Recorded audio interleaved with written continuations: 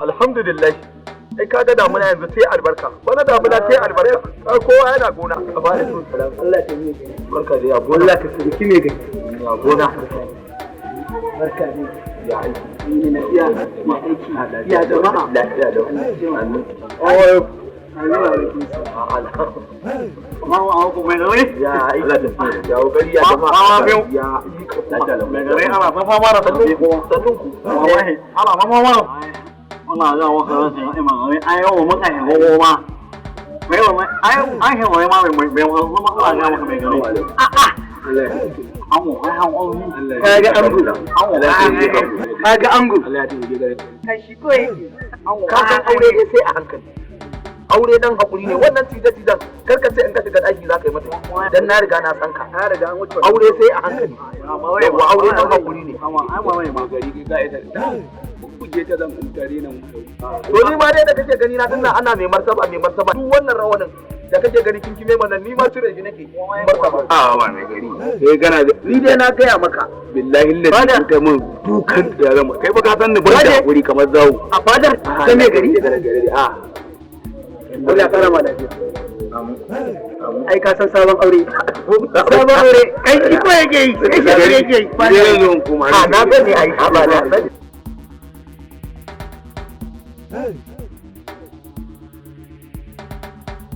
Malam ya aga yayi a ta karawa bana biyu to ta kuma me naka ka zo kana ya haka ina ma ka aure yake